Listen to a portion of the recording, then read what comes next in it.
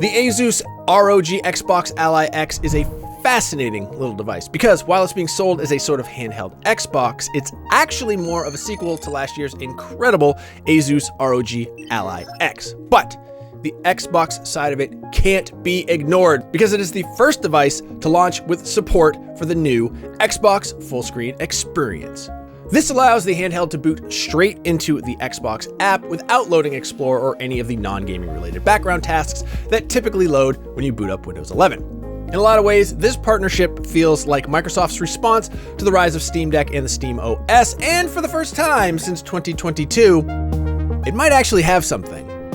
So while we would hesitate to call the Xbox Ally X an Xbox, no matter what Microsoft's marketing claims, it does feel like a clear evolution of handheld gaming PCs and a sign of what's to come once the full screen experience launches for all PCs sometime in 2026.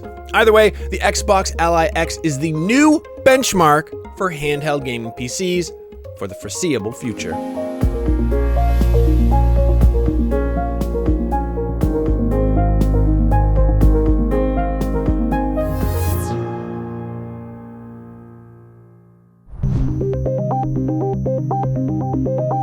Ever since the Steam Deck came out, most handheld gaming PCs have looked very similar to each other. They've been essentially rectangles with a big screen in the center and controller buttons on the sides. The Xbox Ally X also fits this, but with a twist. Two jutting plastic grips meant to emulate an Xbox controller. After using the device for about a week, we can see the vision. Because despite the Xbox Ally X weighing more than the original Ally X, it's even more comfortable, and that older handheld was no slouch either. That's because the weird controller fits more naturally into your hands and avoids the problem some of the other handhelds run into, where they start to dig into your hands after a little while. The Xbox Ally X is slightly larger than the original, measuring 11.42 inches long, 4.76 inches tall, and 2 inches thick at its thickest point. It's also slightly heavier, weighing in at 1.58 pounds compared to 1.49 pounds on the 2024 Ally X. But despite the larger size, the two devices have nearly identical button placements, save for a few radical changes. For one, the Armory Crate button is now on the left side of the display, and pressing it brings up the Asus Control Center tab, but within the Xbox game bar.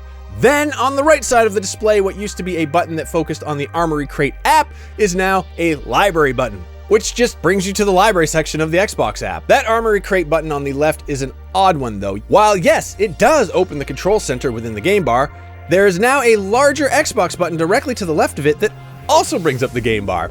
Then it's just a simple task of hitting left on the D-pad to enter the control center.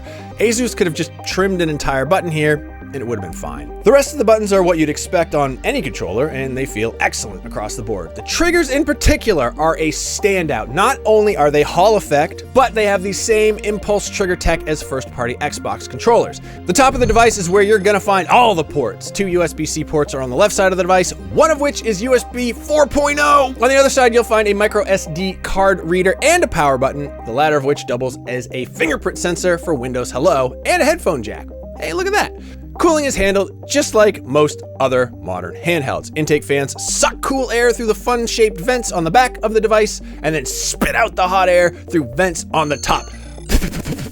This is effective at dissipating heat, though when the device is plugged in and set to the turbo performance mode, which happens by default, the processor will get warm, reaching up to 80 degrees Celsius in demanding games. The ROG Xbox Ally X has a 7-inch 1080p display with a 120Hz refresh rate and support for FreeSync Premium, AMD's variable refresh rate tech.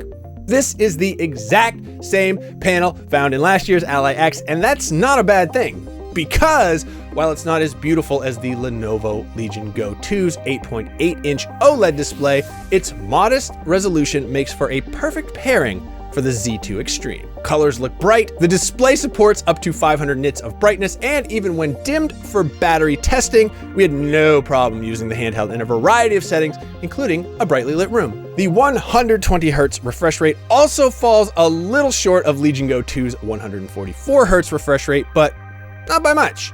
Even then, there aren't many games that you're gonna be running at 120 FPS, especially if you're trying to play higher spec games like Cyberpunk 2077 or Expedition 33. Plus, the variable refresh rate makes sure that even when the frame rate drops, and it will drop, things stay as smooth as possible.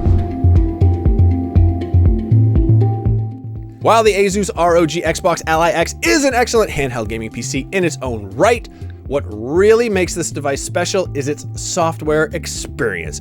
Asus's partnership with Microsoft nets it the first implementation of Xbox full screen experience, which won't be available for other Windows devices until early 2026, which is like 1,000 years from now. With Xbox FSE, you can go through the whole setup rigmarole with the controller. Once you're through the setup process, the handheld boots into the Xbox app. Of course, Game Pass is front and center, and that'll be great if you use that service. But if you hit left on the D-pad and then scroll down, you'll get to the library page. From here, you can go to My Apps and then install third-party stores. Steam comes pre-installed, so you just need to launch it, which will open it in a new window, but it won't take you out of the full screen experience. Likewise, if you install Battle.net, Epic Game Store, or Good Old Games Galaxy, you'll be able to go through those setup processes without ever having to interact with a desktop. However, it is limited to those apps, so you'll need to get to the desktop to download literally any other program. Luckily, getting to the desktop and back to Xbox FSE is easy, but we really wish Microsoft could find a way to work in critical applications like Windows Update to the full screen experience. In so many ways, this full screen experience feels the way PC gaming should feel, especially for folks that didn't like digging through a labyrinthine operating system. Microsoft is close to something as good as Steam OS. It just needs a few updates to get it over the finish line. Last year, the Asus ROG Ally X was exceptionally good because it took the Z2 Extreme processor and stretched it further than other handhelds were able to. The Xbox Ally X does basically the same thing with the Z2 Extreme. Even without the full screen experience, the Xbox Ally X is a powerful little handheld, delivering 42 FPS in Cyberpunk 2077 and 76 FPS in Forza Horizon 5, both at high settings, without ray tracing, and with upscaling set to quality. That's already good performance, but when we tested those games in the full screen experience, performance improved to 44 FPS and 77 FPS respectively. Now, that's not a huge bump by any means, but in the case of Cyberpunk 2077, that's a 5% boost to performance by just booting into the Xbox app. What's more impressive though is how those numbers compare to the Lenovo Legion Go 2, which uses essentially the same chip. In Forza Horizon 5, the Lenovo Legion Go 2 only managed 65 FPS to the Xbox Ally X's 77. That is an 18% improvement. And in the Cyberpunk 2077 benchmark, the Ally X beats the Legion Go 2 44 FPS to 37 FPS, another 19% gap.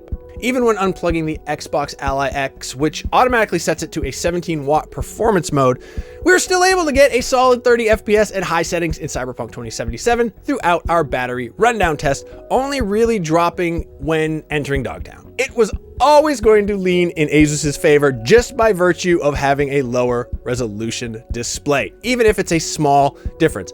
1080p on the Xbox Ally X versus 1200p on the Legion Go 2. The Xbox Ally X isn't going to be as powerful as a gaming console that you need to plug in and connect to your TV, and expecting otherwise out of a portable device like this would be silly. However, with how well it plays even demanding games like Cyberpunk without making them look muddy, makes the Xbox Ally X the handheld to beat right now. There, we said it. There's only so much battery you can put into such a small chassis, and if you want a powerful chip, it's gonna suck up as much power as it can. But despite that, the Asus ROG Xbox Ally X is a resilient little thing. When we set a stopwatch and started running down the battery with Cyberpunk 2077, the battery lasted 2 hours and 34 minutes, beating the Legion Go 2 and even tying with the Steam Deck OLED, which has a much lower power chip powering it. We are still in the realm of handhelds only lasting a couple of hours while playing games, but a 2.5 hour session playing a demanding game is nothing to shake a stick at. The Asus ROG Xbox Ally X's price is kind of the elephant in the room. At $999, not only is it more expensive than the $799 ROG Ally X, but it's twice the price of a Nintendo Switch 2 or the Steam Deck. Everything is getting more expensive lately, And while the Asus ROG Xbox Ally is certainly guilty of this too, it's actually pretty reasonably priced compared to other similar devices that have launched in the last year. Just how it is, guys. For instance, the Lenovo Legion Go 2 starts at $1099 with a weaker processor, with the Z2 Extreme model costing as much as $1,479. Then the MSI Claw A8, which hasn't even launched in the US, is out in the UK right now for £850, which is like $1,135, give or take. It's gonna be likely more once tariffs are worked into the equation here in the States. Handhelds are getting more expensive, but for devices with the Z2 Extreme, the Asus ROG Xbox Ally X is actually one of the most affordable right now. Plus, those other devices aren't launching with the Xbox full screen experience, which will put the Xbox Ally X on another level until Microsoft releases it for other Windows PCs sometime next year. The Xbox full screen experience alone would probably be enough for us to recommend the Asus ROG Xbox Ally X to anyone looking for a new handheld gaming PC. But the fact that it is so comfortable to use and performs so well is just the icing on the cake. All it really needs now is a couple of software updates to really refine the full screen experience, and it will be a device for the history books.